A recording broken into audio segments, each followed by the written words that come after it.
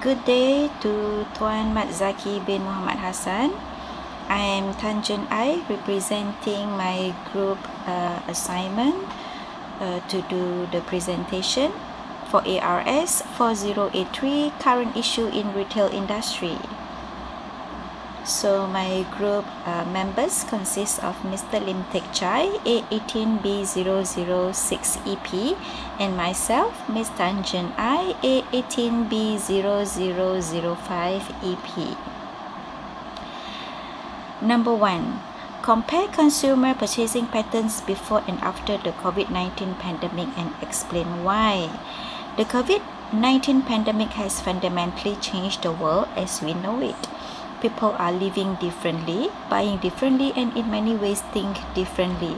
Supply chain has been tested. Retailers are closing doors. Consumers across the globe are looking at the products and brands through new lens.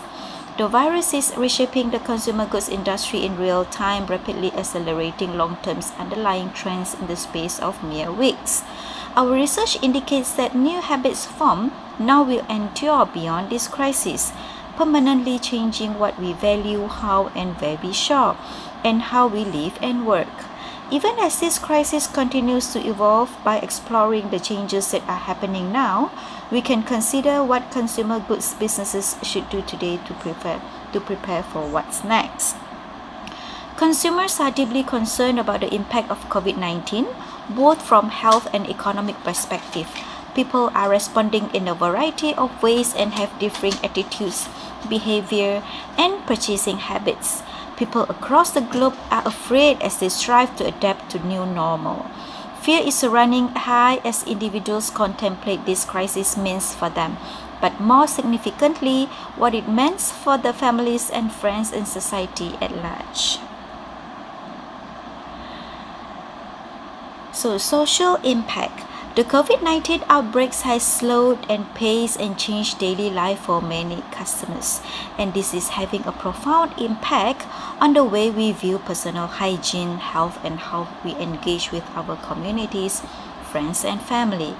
People are embracing technology more than ever to support all aspects and consequences of isolations. There is also positive evidence to suggest that this crisis will build communities rather than separate them. The ways in which people spend their leisure times are changing because of outbreak and related social distancing measures, and again, these habits are likely to be sustained. More than half plan to continue watching more news after the outbreaks, while 55% will prioritize more time with family. Entertainment, learning, and DIY have also seen a rise. This may be seen when they have accepted the way of entertainment by staying at home watching their favorite movie comfortably in their couch.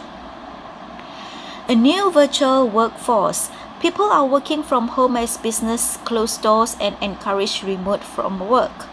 Many employees who have not worked remotely before or not often plan to do so more frequently in the future. High percentage of employees feel they have right environment and tools for remote work, but some miss social contact. Overall, employees feel their employers have taken the right step to protect their health and keep them well informed. Employees who now find themselves working from home are broadly positive about the experience. Unsurprisingly, those who worked from home previously are more likely than newcomers to feel they are more productive at home and feel they are more professionally satisfied than they are in the office. These economic initiatives were vital in kickstarting consumer spending to keep wheels of the nation's economic spinning. But how have consumer spending patterns shifted pre- and post-pandemic? After all, Malaysia's GDP contracted by 17.1% in the second quarter of 2020, the lowest growth in Malaysia since the fourth quarter of 1998 during the Asian financial crisis, an indication that consumer behavior has changed significantly over past few months. Then action for business.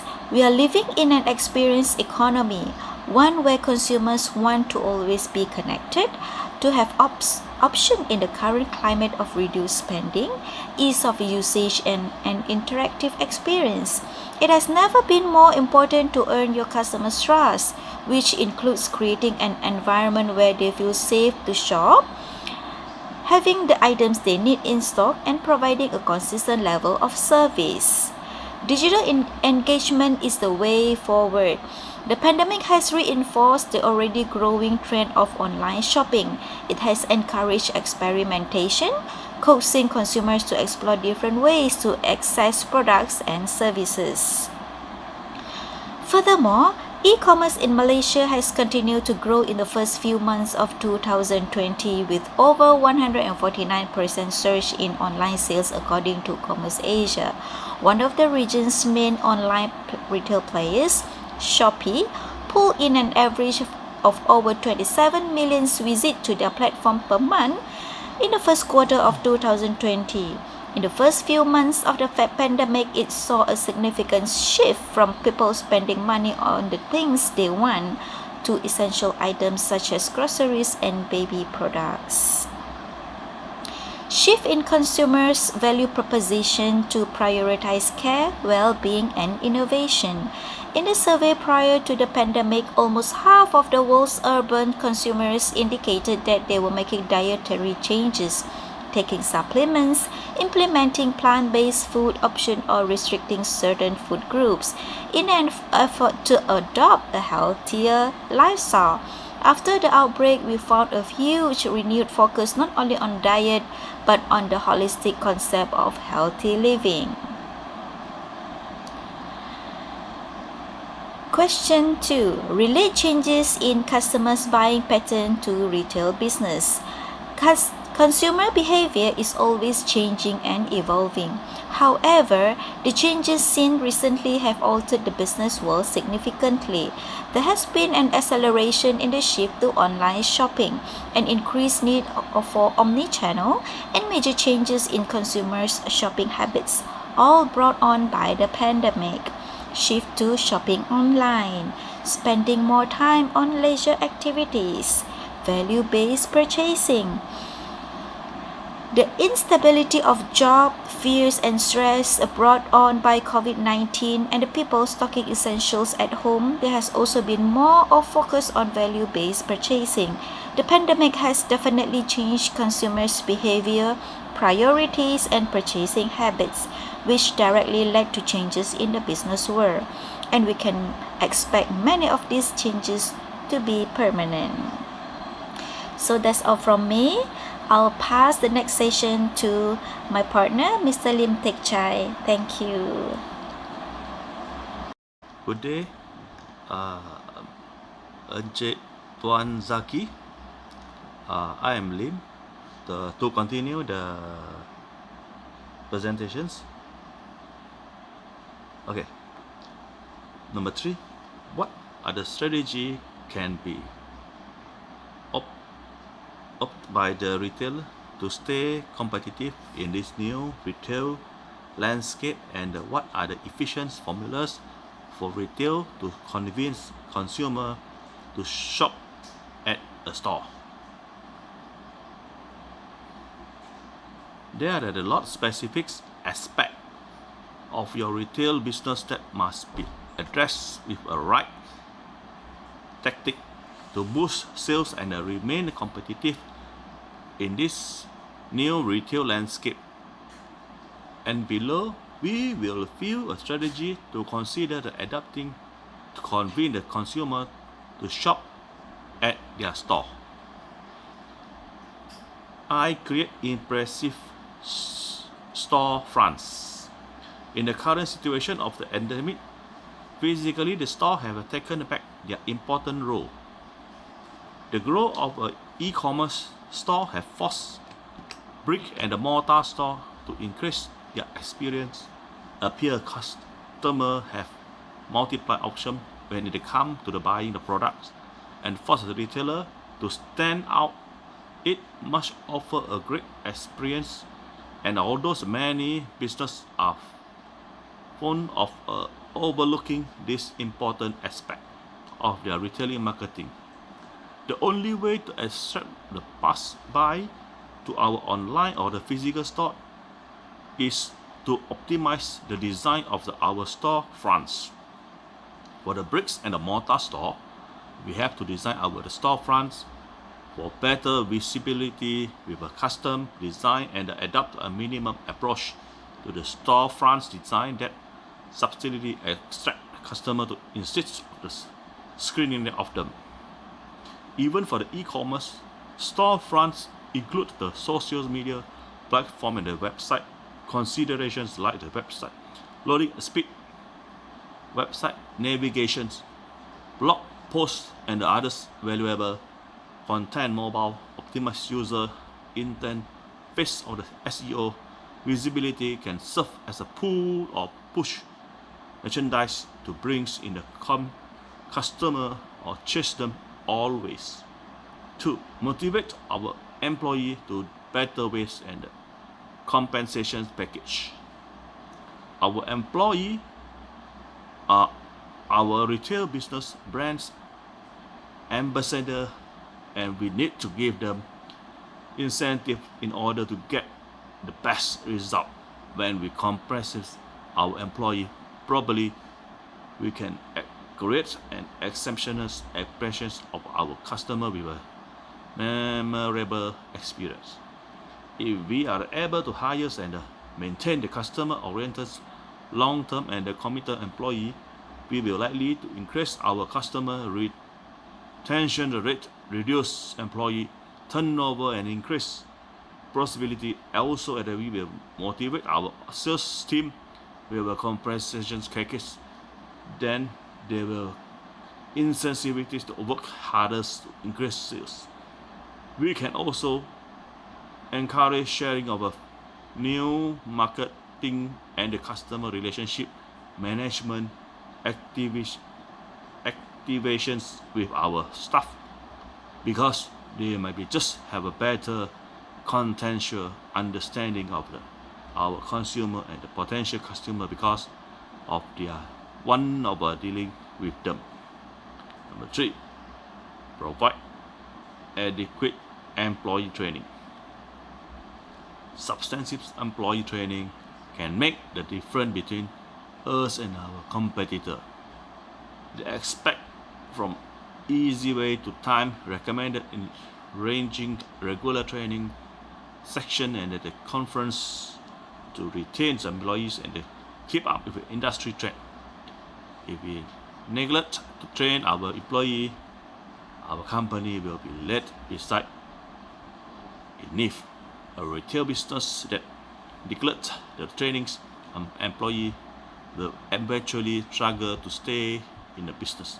A good practice that will ensure we have a great employee with a good customer relationship management, retailing, selling, and upselling skill to train them as soon as they were hired and conduct recurring and training annually or every 6 months to reorient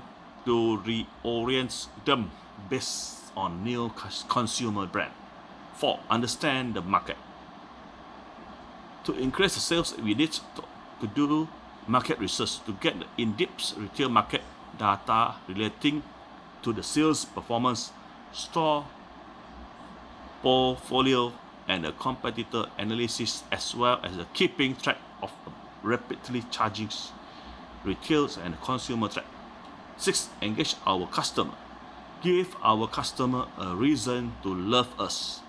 This does not involve ineffective, non-substantive marketing technique like situating a greater at all storefronts to great income customer with script line like, "Hi, how are you doing?"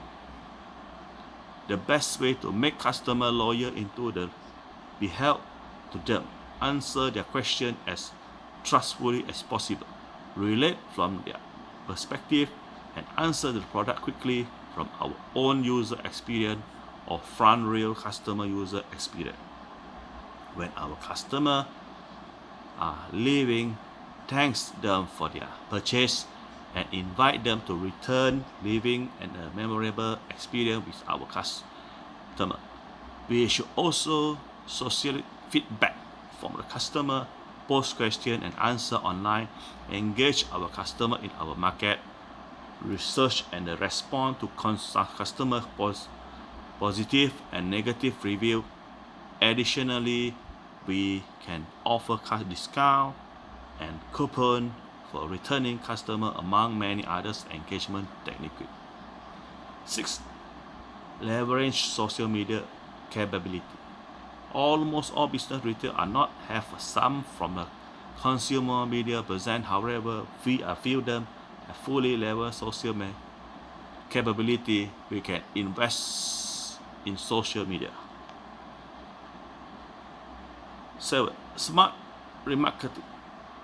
We can increase our customer relationship rate. Those remarks shopper are usually the district and can easily forget their positive shopper experience, whether it's online store or our brick and mortar store. We need to remind them of their positive experience by engaging their previous shopper either with a promotion and a discount based on past purchase or current consumer trend.